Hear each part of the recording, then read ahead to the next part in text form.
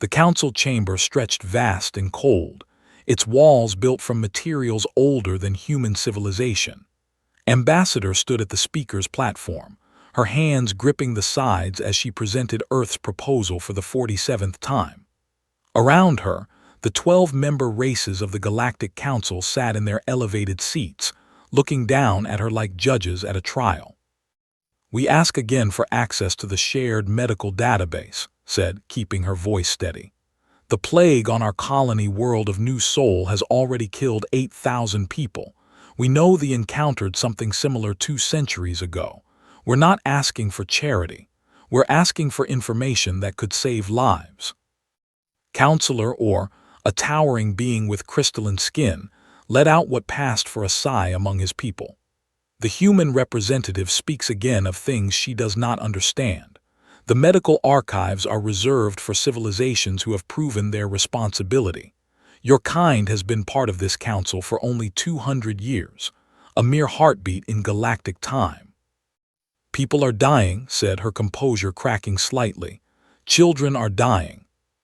Then perhaps humanity should have developed proper medical protocols before expanding to 12 colony worlds," another counselor added, their translator rendering the words with barely concealed contempt.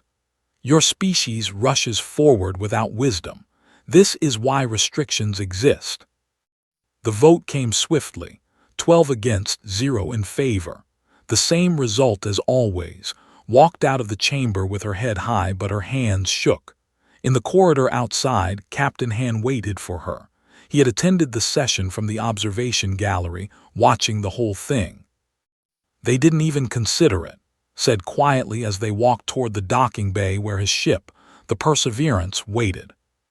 "They never do," replied. 200 years of this, and they still treat us like children who can't be trusted with sharp objects." His communicator buzzed. He glanced at it and his face went pale. "There's been an incident. The colony ship Harmony requested emergency docking at Station Praxis. They had a reactor failure. The station master them. Stopped walking. Them on what grounds? Human vessels require advanced clearance for docking. Protocol 47, subsection 12. The Harmony didn't file the proper forms 72 hours in advance." His voice was tight with anger. "The ship had 3,000 people on board, had." The word hung in the air between them, felt something cold settle in her stomach. "How many?" "All of them. The reactor went critical 20 minutes after the denial. The explosion was visible from the station." They stood in the corridor as other beings passed by, members of the great and ancient civilizations going about their business. None of them seemed to notice or care about the 2 humans standing frozen in shock and grief. Back on Earth, Admiral Park sat in the command center beneath Sol, reading reports that made his blood boil. The incident at Station Praxis was just the latest. The Council had passed new regulations last month, ostensibly for safety and security. In practice, they restricted human movement through most of Council space. Human ships now required special permits to travel through major jump routes. Human traders faced inspections 3 times more rigorous than any other species. Human colonies in disputed zones received no council protection, even though humanity paid the same membership fees as everyone else. "They're boxing us in," said Lee, the young engineer who had been reviewing the new space traffic regulations. She sat across from the Admiral, her screen covered in red highlighted sections. "Look at this. These new jump point restrictions mean our trade ships have to take routes that add 2 weeks to any major journey. That's not safety. That's economic warfare." Park had served in Earth's military for 40 years. He had fought in the border wars, negotiated peace treaties, and spent the last decade trying to build bridges with the other council races. He was a patient man, but patience had limits. "There's something else," continued. "I've been analyzing technology transfer records from the past 50 years. Every human application for shared tech has been, but look at this." She pulled up a comparison chart. "They joined the Council 30 years after us. They've received approval for 70% of their requests. They joined just 50 years ago. 65% approval rate, us, 0%. Not a single approved request in 2 centuries. The Admiral leaned back in his chair. They're keeping us down deliberately. Yes, sir, and I think I know why. Pulled up another document, this one marked with classification seals she had somehow bypassed. This is from the Council's internal strategic assessment from 60 years ago. They're afraid of us. The report says human technological advancement is proceeding at an alarming and dangerous rate. It recommends controlled suppression through regulatory frameworks to prevent humanity from becoming a peer competitor. Park read the document twice. The words were diplomatic, wrapped in bureaucratic language, but the meaning was clear. The Council saw humanity as a threat, not an enemy to be destroyed, but a competitor to be handicapped. Keep them down, keep them dependent, keep them manageable. His communicator buzzed. It was Ambassador calling from the Council station. When her face appeared on the screen, she looked exhausted. Admiral, I'm coming home. I'm done. What happened? 3,000 people died today because of a filing error. And when I confronted the station master, do you know what he said? He said it was unfortunate, but rules exist for a reason. He showed no remorse, no sympathy, nothing. To him, those 3,000 lives were less important than proper paperwork. She paused, composing herself.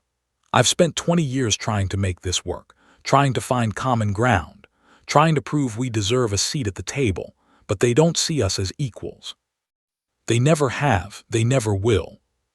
That night, Park called an emergency meeting of Earth's leadership. President attended via secure link from Geneva. So did the heads of every major colony world, every military branch, and every research division.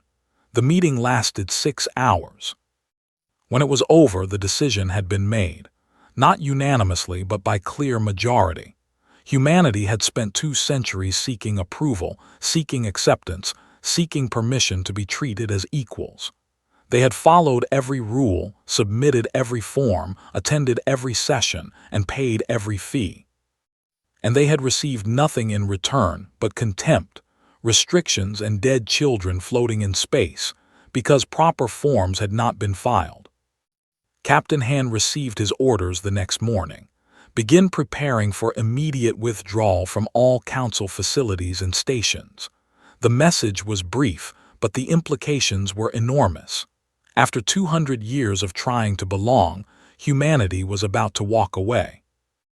The message went out simultaneously to every human facility in Council space. 48 hours. That was all the time given. Every diplomat, every scientist working in joint research facilities, every human citizen living on Council worlds received the same instruction.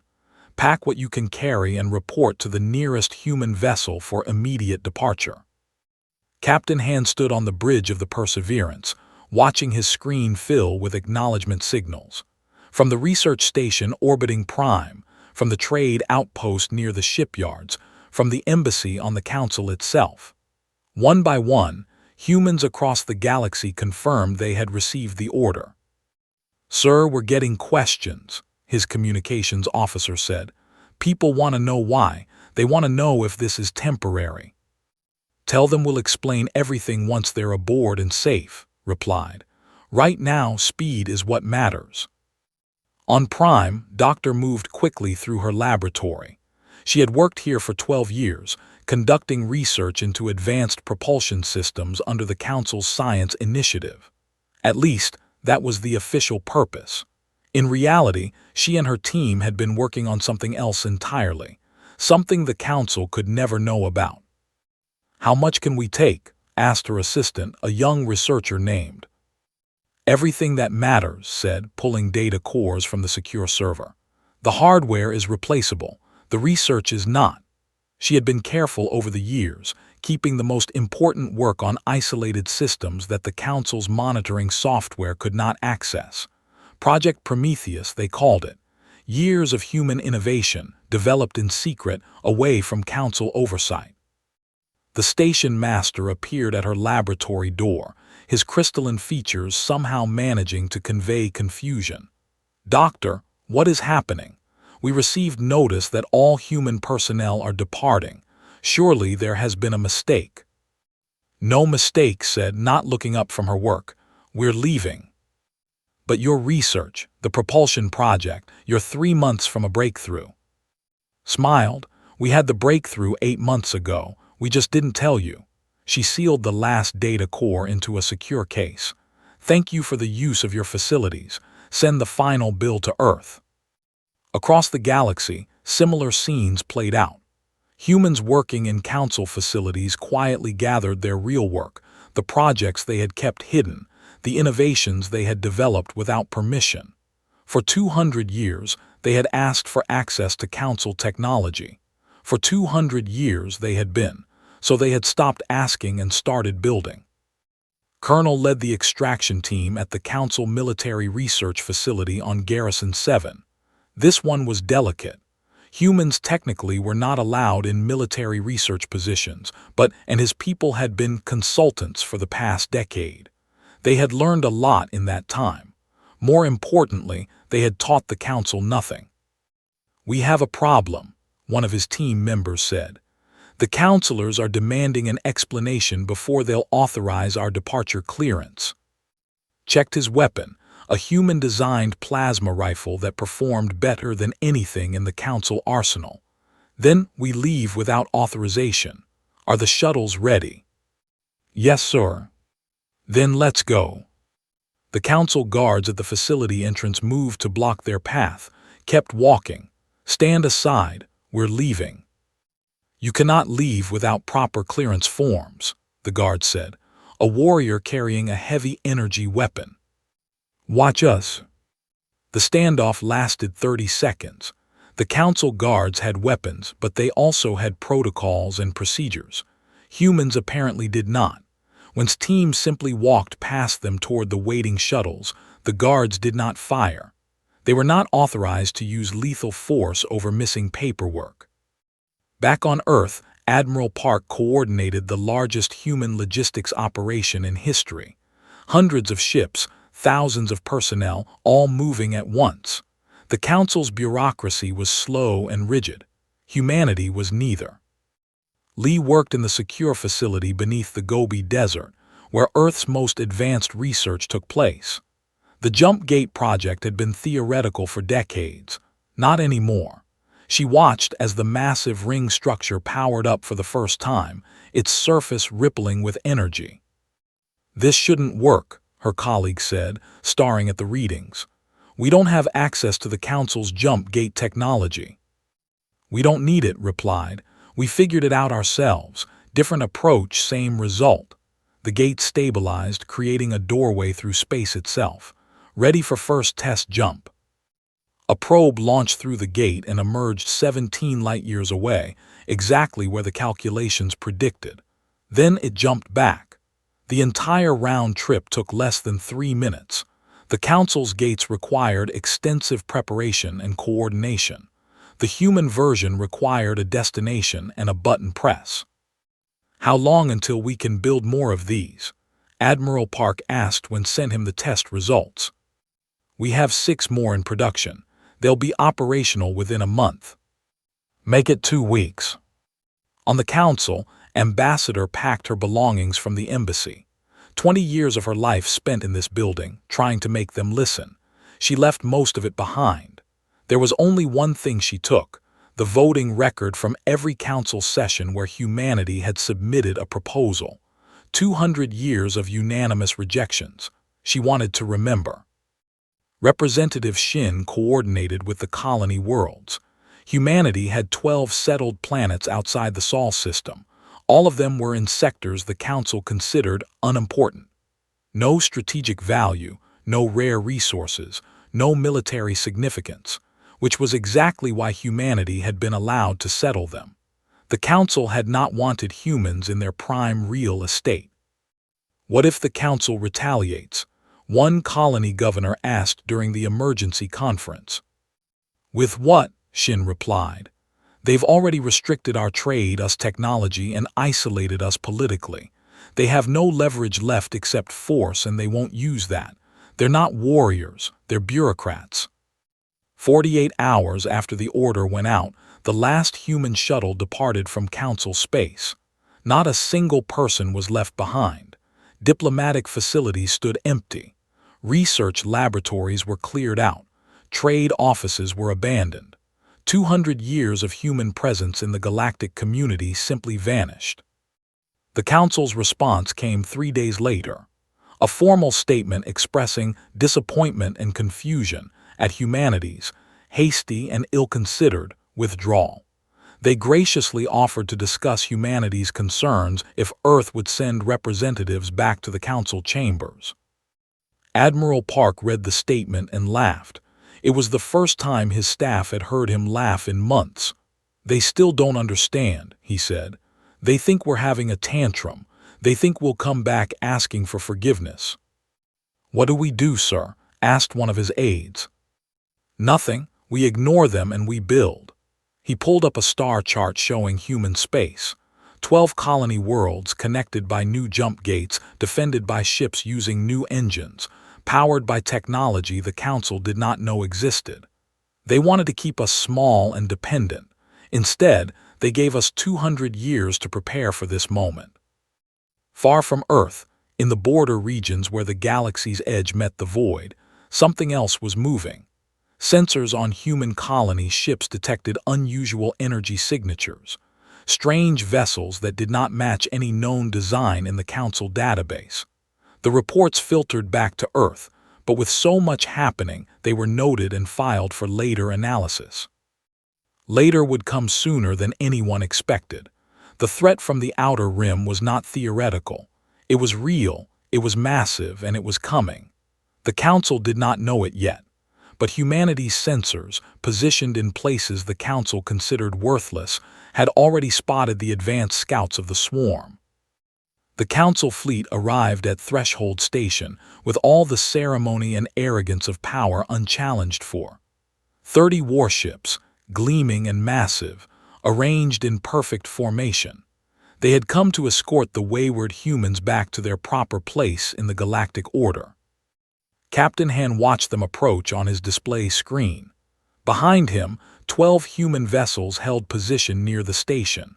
They were smaller than the Council ships, less ornate, built for function rather than intimidation. But they did not move. "Incoming transmission," his communications officer announced. The face of Fleet Commander appeared on the screen, a being whose species had ruled star systems when humans still lived in caves. "Captain, the Galactic Council has authorized this fleet to escort all human vessels back to designated zones within Council space. You will power down your weapons and prepare to follow our heading." Kept his expression neutral. "With respect, Commander, we decline." There was a pause, Or's features shifted in what might have been confusion. "You decline? This is not a request, Captain. The Council has determined that humanity's unauthorized withdrawal threatens galactic stability. You will comply." "No," said simply, "we will not." Across the galaxy, billions watched. The confrontation at Threshold Station was being broadcast on every major network. Humanity had opened the feed themselves, wanting witnesses. The Council had expected a quiet retrieval. Instead, they got a very public refusal. "You understand we outnumber you 3-1, Or said, his voice hardening. "Yes. You understand that Council vessels are technologically superior." "That's what you believe," replied. "But here's what I understand. You've spent the last 200 years telling us we're too primitive, too young, too dangerous to be trusted. You've us every scrap of technology, every opportunity to grow. And now you expect us to obey because you have more ships." He leaned forward. "Try to move us. See what happens." Behind the human line, new vessels emerged from jump space. Captain Bay Sara's task force, 15 ships fresh from Earth's shipyards. They took position alongside Squadron. Then more arrived. And more. Within an hour, 60 human vessels faced the Council fleet. "They're all using the new drives," Lee reported from Earth, watching the tactical feed. "Independent jump capability. The Council's ships still need their gate network. Ours don't." Admiral Park stood in the command center, making no move to escalate. "Tell all ships to hold position. Fire only if fired upon. Let the Council make the choice." At Threshold Station, the standoff continued. Hours passed.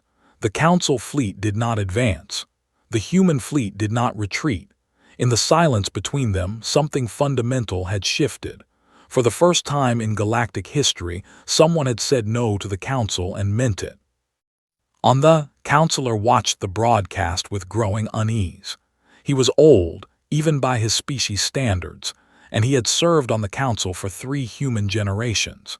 He had voted against every human proposal, supported every restriction, believed fully in the wisdom of keeping the aggressive young race contained. Now he watched human ships hold position against overwhelming force and wondered if the Council had made a terrible mistake. Far from the standoff in the border regions the Council had deemed unimportant, the real crisis was unfolding. The swarm had crossed into civilized space. The border world home to 2 billion colonists sent out a desperate distress call, then went silent. The Council's response was immediate and disastrous. They sent their border patrol, 20 ships, to investigate. 17 were destroyed in the first engagement. The 3 that escaped brought back sensor logs of something the galaxy had not seen in 10,000 years. A swarm intelligence, millions of living ships moving as one organism, consuming everything in their path. The Council chamber erupted in panic. Emergency sessions were called. Defense fleets were mobilized, and in their desperation they sent a message to Earth. Ambassador read it in her office in Seoul. It was carefully worded, diplomatic, expressing deep concern about the swarm threat, and suggesting that perhaps this was an excellent time for humanity to reconsider its withdrawal. Perhaps Earth might contribute its defense forces to the greater galactic good. Perhaps certain past disagreements could be overlooked in the face of mutual danger. She deleted the message without responding. "They want our help," President said when they met later that day. "The threat is real. Billions of lives are at stake." "Yes," agreed. "And they still haven't apologized. They still haven't offered us equality. They're not asking us to join them as partners. They're ordering us to save them while continuing to treat us as servants." "What do we do?" Looked at the star charts on the wall. The swarm was advancing toward Council core worlds. Earth was far from their projected path. "We prepare, we defend our own, and we wait." 3 days later, a refugee convoy stumbled into human space. 16 ships, carrying 50,000 civilians fleeing the swarm's advance. They were damaged, low on fuel, desperate. They transmitted a standard distress call. Captain Bae Sora received it aboard her flagship, the Triumph. She was patrolling the border between human and Council space, watching for swarm incursions. The refugee ships were Council citizens. By Council law, they should have been directed to Council facilities. "What are your orders, Captain?" her executive officer asked. Bae Sora looked at the ragged convoy on her screen. Families, children, people who had lost everything. "Bring them in, full assistance. Medical teams, supplies, everything they need." "Sir, they're not human." "They're refugees," Bae said. "That's enough." The rescue operation took 6 hours. Human medical teams worked alongside human engineers to repair damaged ships and treat wounded civilians. They watched in confusion as their former inferiors treated them with compassion and efficiency. "Why are you helping us?" one of the refugee leaders asked Bae Sora. "Your people have withdrawn from the Council. We are not your responsibility." "You needed help," Bae replied simply. "That makes you our responsibility." The story spread. Video of human ships escorting refugees to safety, of human doctors treating alien children, of human engineers repairing ships for free. It spread through the Council worlds faster than any official communication. The proud, ancient civilizations watched as the species they had suppressed for 2 centuries showed them what it meant to be civilized. Back on Earth, Doctor completed her analysis of the swarm's attack patterns. The data from the survivors painted a terrifying picture. They did not negotiate, did not communicate, did not stop. They were a force of nature, sweeping across the galaxy, consuming everything biological. Their tactics are predictable, she told Admiral Park. They overwhelm through numbers. They ignore conventional tactics. The Council's rigid military doctrine is useless against them. Can we stop them? Alone? No, but I have an idea. She pulled up schematics for a new weapon system. It requires the new jump drives and our independent targeting systems. The Council can't build it because their technology is too centralized, but we can. Lee looked at the designs and whistled. This would work, but we'd need to field test it. That means engaging the swarm directly. Then we engage them, Park said. Not to save the Council, to prove a point. At Threshold Station, the standoff ended not with violence but with reality. The Council fleet, citing the swarm crisis, Commander or sent one final message to, "This is not over." Yes, replied, it is. As the Council ships departed, Captain Bay Sora's convoy arrived with the refugees. They passed through the human defensive line, protected by the same species the Council had tried to force back into submission. Counselor, watching from his, made a decision. He would speak in the next Council session. He would say what no counselor had said in 200 years. The humans were right. The swarm consumed the border worlds in less than a week. 3 planets, each home to billions, reduced to lifeless rocks stripped of all biological matter. The Council's defense fleets managed to slow the advance but could not stop it. For every swarm ship destroyed, 10 more appeared to take its place. The Council delegation arrived at Earth without announcement or ceremony. 5 of the 12 counselors, including, descended to the surface in a small diplomatic shuttle. They had never visited Earth before. It had always been beneath them. Admiral Park met them at the landing pad in Geneva. He did not bow or show deference. He simply waited. "We need to talk," said, his pride clearly wounded by the necessity of being here. They sat in a plain conference room, no grand chambers or elevated platforms. The counselors looked uncomfortable sitting at eye level with humans. Park offered them nothing, not even water. Let them be uncomfortable. "The swarm threatens us all," began. "We understand there have been disagreements in the past, but surely in the face of extinction, we can put aside our differences." "No," Park said flatly. The counselors exchanged glances. "No," another one repeated. "You don't want to put aside our differences. You want us to ignore them. You want us to save you while pretending the last 200 years didn't happen." Park leaned forward. 3,000 people died at Station Praxis because you valued paperwork over lives. How many human requests for aid did you deny? How many times did you vote against us unanimously without even considering our proposals? "That was policy, not personal," said weakly. "It was both," Park replied. "You want our help, here are our terms. Full equal status on the Council, immediate technology sharing bidirectional, reparations for economic damages caused by your restrictions, and a formal apology, public and recorded, acknowledging your systematic suppression of humanity." The counselors sat in stunned silence. One of them, unnamed or finally, spoke.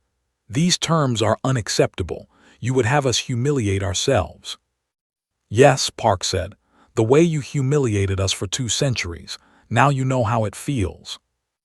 The delegation left without an agreement. Within hours, the Council sent a formal rejection of Earth's terms, along with accusations that humanity was behaving selfishly in a time of crisis. The message was broadcast across Council space, clearly intended to turn public opinion against Earth. It had the opposite effect.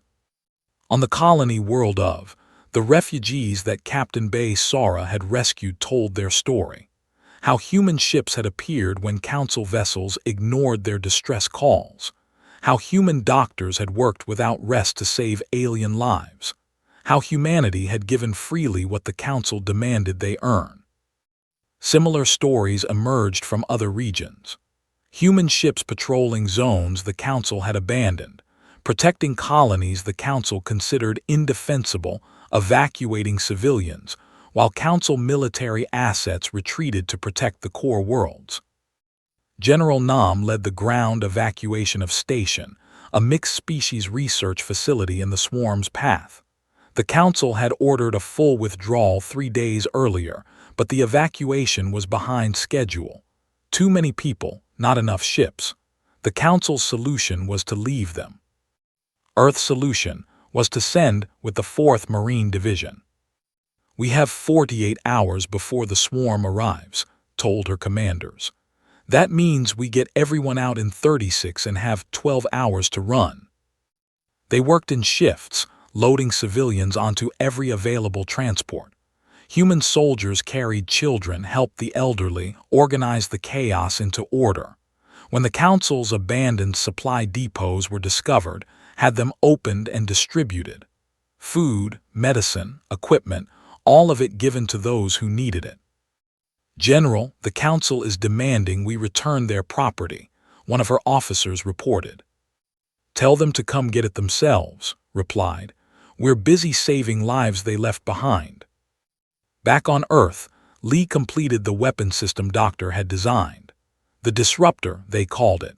It used quantum entanglement to interfere with the swarm's coordination signals. One ship equipped with it could throw an entire swarm formation into chaos. "We need to test it in combat," said during the briefing, "against a real swarm force." "We have a target," Admiral Park said, pulling up a tactical display. "The swarm is moving toward the system, 200 million civilians. The Council fleet is falling back. They've written the system off." "Then we don't," said Captain Bay Sara, who had been recalled to Earth for the meeting. "We hit them we test the weapon and we show the Council what we can do." The mission was approved within an hour. Bay Sara would command the task force, 20 ships, including the Triumph equipped with the first disruptor array. They would jump into, engage the swarm and jump out before they could be overwhelmed. It was a suicide mission by any rational calculation. The swarm had thousands of ships in the sector. The humans would have 20. A specialist in cyber warfare, was assigned to Bay Sara's ship. Her job was to monitor the disruptor's effects and adjust the frequency in real time. She had never been in combat before. She was terrified and trying hard not to show it. "First time," Pilot asked her in the mess hall the night before they deployed. "Is it that obvious?" "Only to everyone," he said with a slight smile. "I'm scared too. We all are, but we're doing this anyway because it's right. The Council wouldn't do this for us." "I know, that's why we're better than them." The task force jumped into system and immediately engaged. The swarm ships swarmed toward them, organic vessels that twisted and writhed through space. They moved like insects, coordinated and relentless. Bay Sara gave the order and activated the disruptor. The effect was immediate and dramatic. The swarm formation collapsed into chaos, ships colliding with each other, firing randomly, losing all coordination. The human ships picked them apart with precise targeting. "It's working," reported, her fingers flying across her console. "The quantum interference is disrupting their hive communication. They can't coordinate." "All ships press the attack," Bay Sara ordered. "Target the command clusters." Pilot led his fighter squadron through the chaos, hitting swarm ships with guided missiles and energy weapons. The enemy outnumbered them 100 to 1, but numbers meant nothing when the enemy could not coordinate. The battle lasted 4 hours. When it was over, the human task force had destroyed 3,000 swarm vessels and broken the advance toward. They lost 2 ships and sustained heavy damage to 5 others, but they won. The Council watched in disbelief. The species they had suppressed, fighting on behalf of people who were not human, using technology the Council did not know existed, defeating an enemy the Council could not stop.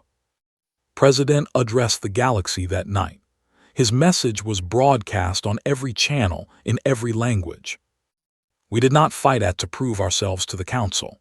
We fought because 200 million lives needed saving and we had the ability to help. This is who we are. This is who we have always been. While the Council debated and retreated, we acted. We will continue to act. Any being, any species that needs help will find it from humanity. We ask nothing in return except to be treated with the dignity and respect that all thinking beings deserve. The message ended with a simple statement. The Council had 200 years to offer us partnership. They chose suppression. Now they can watch what we do with our freedom. Within days, delegations from smaller species began arriving at Earth. The new colonies, all of them bypassing the Council entirely to seek direct alliances with humanity. They had watched the Council fail them. They had watched humanity save them. On the Council, stood before the Assembly and did what no counselor had done in. He admitted fault. He acknowledged that the Council's treatment of humanity had been unjust. He proposed accepting Earth's terms. The vote was 7 in favor, 5 against. It passed. But when the message was sent to Earth, offering to meet humanity's demands, Ambassador read it with cold eyes. Too little, she said. Too late. Because in the weeks they had spent debating, the swarm had continued to advance. And now, according to the latest sensor reports, it was heading directly toward the Sol system, toward Earth. The swarm arrived at the edge of the Sol system with a force that blotted out the stars. 15,000 vessels, each one a living weapon, moving with singular purpose toward humanity's. The sensor data was clear and terrifying. This was not a raid or a probing attack. This was extermination. Admiral Park stood on the bridge of the flagship Sol, watching the tactical display. Around Earth, Mars, and the orbital stations, the entire human defense fleet had assembled. 400 ships, everything humanity had built in secret over decades of isolation, against 15,000. The Council fleet is pulling back to their core systems, his tactical officer reported. They're abandoning the outer sectors entirely. Of course they are, Park said without emotion. They've already written us off. He opened a channel to all human vessels. All ships, this is Admiral Park. You all know what's coming. You all know the odds. No one will think less of any ship that chooses to run. Earth will not fall because captains made the rational choice to survive. Silence on the channel for a moment. Then Captain Hand's voice came through. With respect, Admiral, shut up and give us our orders. One by one, every ship captain echoed the sentiment. 400 voices united. Not one vessel broke formation. Park allowed himself a small smile. Very well, all ships, defensive formation Omega, we make them pay for every meter. On Earth's surface, President addressed the planet. 15 billion people watched as their leader stood in Seoul's central plaza, the sky above already showing the first signs of the approaching swarm. We have been tested before, said. We have been dismissed, restricted, and suppressed. We have been told we are too young, too dangerous, too primitive. Today, we show them what humanity truly is. Not the species the Council feared, but the species they should have embraced. We fight not for revenge, not for pride, but because this is our home and we will not surrender it. In the Gobi Research Facility, Doctor worked with Lee on the final calculations. They had analyzed every piece of data from the battle.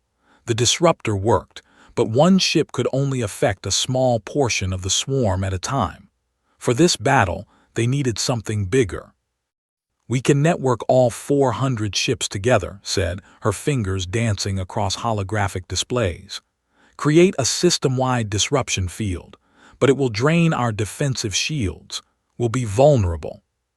Then we need to make it count, replied. She pulled up a new schematic. The swarm uses quantum entanglement for coordination. If we can map their entire network and hit every node simultaneously, we could collapse the entire hive mind for this battle group, finished. How long do we need? 12 hours. We have 6. Then we work fast. Above Earth, the human fleet spread out into a defensive shell. Captain Bay Sora commanded the forward elements, her ship Triumph equipped with the weapons systems. Behind her, layer after layer of ships, each one positioned precisely according to a battle plan that had been years in the making. Vice Admiral Song coordinated the logistics from the command station above Mars. Ammunition distribution, power routing, damage control teams, everything needed to sustain a prolonged battle. She had been a supply officer before the withdrawal, managing the bureaucratic nightmare of council regulations. Now she coordinated the defense of humanity's survival. The swarm entered weapons range and immediately attacked. Thousands of organic missiles launched toward the human line, living weapons that writhed through space seeking targets. The human point defense systems opened fire, and lasers creating a wall of destruction. But there were too many. Missiles got through. The destroyer took 3 hits and went silent. The cruiser lost main power and began to drift. Within the first 15 minutes, humanity lost 8 ships. "Hold the line," Admiral Park ordered. "How long?" 4 hours. We need 4 more hours. Then we buy 4 hours. Pilot launched from the Triumph's fighter bay leading a squadron of 30 fighters. They dove into the swarm formation, targeting the larger command vessels. His wingman was shot down within seconds, but kept flying, kept firing, kept buying time. General Nam commanded the orbital defense platforms, massive weapon installations that had been built in secret, hidden among civilian stations. When the swarm ships pushed past the fleet, these platforms activated, adding their firepower to the desperate defense. O worked frantically in the Triumph's Cyber Warfare Center, helping to coordinate the disruptor network. Every ship needed to be perfectly synchronized. One mistake and the whole system would fail. "I'm seeing patterns in their attack formations," she reported. "They're adapting, learning from each wave." "Can you predict their next move?" Bay Sora asked. "Maybe. Give me access to the tactical net." Fingers flew across her console, analyzing thousands of data points per second. The swarm was intelligent, but it was also predictable. It optimized for efficiency, which meant it would follow certain patterns, if she could predict those patterns. "Captain, the next wave will focus on grid sections 7 through 12. They're going to try to punch through our left flank." Bay Sara immediately rerouted ships to reinforce those sections. When the swarm's next wave came, they flew directly into a prepared defense and were annihilated. Humanity was learning too. 3 hours into the battle, Earth's fleet had been reduced to 270 ships. The swarm had lost thousands, but thousands more kept coming. The mathematics were brutal and simple. Humanity would lose. 1 hour, reported. We need 1 more hour. Admiral Park looked at the tactical display. An hour might as well be a lifetime. All ships, final defensive formation. Bring everything in close to Earth. Make them come through us. The human fleet collapsed inward, forming a dense sphere around there. The swarm surrounded them completely, a living wall of hostile ships blocking out the sun.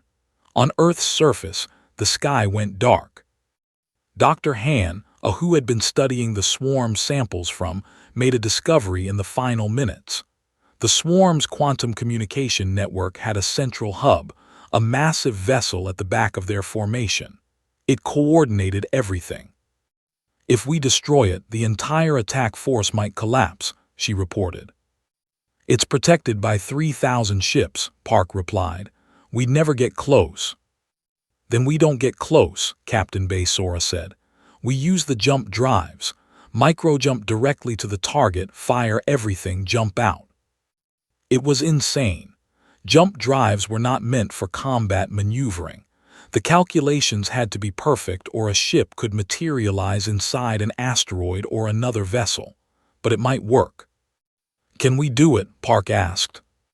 "Yes, but only 1 ship, and they won't be able to jump back out. The power drain is too high." Then it's a one-way trip. I'll go, Baysora said immediately. No, said Captain Han. The Triumph has the disruptor. You're needed for the main plan. I'll take the Perseverance. There was no time for debate. Ship broke formation, its jump drive charging. On his bridge, he looked at his crew. Anyone who wants to evacuate to another ship, go now. I won't think less of you. No one moved. Good people, said quietly. Then to engineering, jump when ready. The Perseverance vanished from the battle line and reappeared directly beside the swarm's command ship. For one perfect moment, they were too close to miss. Ship fired every weapon simultaneously, point-blank range, pouring everything into the massive organic vessel. The command ship exploded. The Perseverance, caught in the blast, exploded with it. Across the swarm formation, chaos erupted. Ships lost coordination, began firing randomly, crashed into each other. The hive mind had been decapitated. Now, Admiral Park shouted, activate the network. 400 ships, all remaining human vessels, activated their disruptor arrays simultaneously. The coordinated quantum pulse swept across the Sol system, severing every remaining swarm connection. 15,000 enemy vessels suddenly became 15,000 individual ships with no coordination, no strategy, no purpose. The human fleet tore into them. Vice Admiral Song coordinated the attack with brutal efficiency. Target the confused ones first, the isolated ones. Break them into smaller groups and destroy them systematically. Pilot, flying on emergency power and sheer determination, led the final fighter assault against the swarm's remaining heavy vessels. O directed the cyber warfare teams, exploiting every weakness her systems detected. General Nam's platforms fired until their barrels melted. The battle lasted another 6 hours. When it finally ended, the Sol system was filled with debris. Of the 15,000 swarm ships that had entered, none survived. Of the 400 human vessels that had defended Earth, 143 remained operational. The cost had been terrible, 50,000 military personnel dead, entire ships lost with all hands, but Earth survived. The Council, watching from their safe core worlds, sent a message. It arrived within hours of the battle's end. Congratulations on the victory, gratitude for eliminating the swarm threat, and a renewed offer to discuss humanity rejoining the Council under mutually beneficial terms. President read the message and broadcast his response to the entire galaxy. We did not fight to prove ourselves to you. We fought because it was right, because this is our home, because we refused to surrender. You watched from safety while we bled. You offered nothing while we sacrificed everything. And now you congratulate us. He paused, letting that sink in. The Galactic Council is a relic of a time when power meant control and age meant wisdom. That time is over. Humanity is founding a new alliance, the Commonwealth of Free Worlds. Any species, any civilization that values equality over hierarchy, partnership over domination, is welcome. As for the Council, you can join us as equals or you can fade into history. The choice is yours. Within days, half the Council's member species applied to join the Commonwealth instead. The Council itself collapsed within a month, its ancient power structure unable to survive the loss of legitimacy. Ambassador stood before the first Commonwealth Assembly, representing Earth alongside representatives from 40 different species. In front of her was the voting record she had carried from the council chambers. 200 years of rejections. She held it up for everyone to see. Never forget, she said. Never forget the day we said enough, not out of pride, but so it never needs to be said again. We built something better not by destroying the old, but by refusing to accept it. Remember this, all of you. Power is not given, it is earned. Respect is not demanded, it is deserved. And freedom is never surrendered.